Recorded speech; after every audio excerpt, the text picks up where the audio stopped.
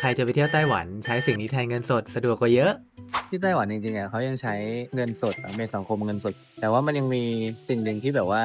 คนที่เนี่ยเขาใช้เยอะแทนเงินสดก็คือบัตรนี้อันนี้เขาเรียกว่าบัตร Easy Card หรือว่า Super Card เขาใช้แทบจะทุกที่เลยเอาไว้แบบใส่เงินสดเข้าไปเหมือนคล้ายๆกับ IC Card ทุกโปสการ์ดของฮ่องกงอะไรอย่างเงี้ยเขาใช้อันนี้เป็นหลักแตะเข้ารถบัสเซเว่นแตะ